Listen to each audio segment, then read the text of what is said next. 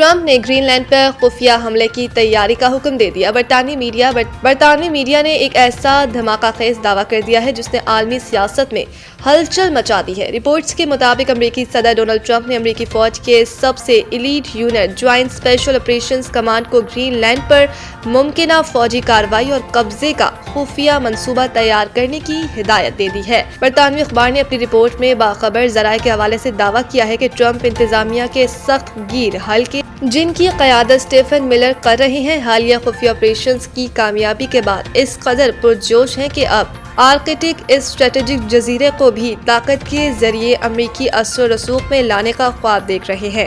تاہم امریکی نظام کے اندر ہی شدید مزاحمت سامنے آ گئی ہے۔ رپورٹ کے مطابق امریکی فوج کے اعلیٰ جنرلز اور جوائنٹ چیف آف سٹاف نے اس منصوبے کو کھلے الفاظ میں غیر قانونی، ناقابل عمل اور تباہ کن قرار دے دیا ہے۔ عسکری قیادت کا موقف ہے کہ نہ تو کانگریس اس کی اجازت دے گی اور نہ ہی نیٹو اس کے نتائج برداشت کر سکے گا۔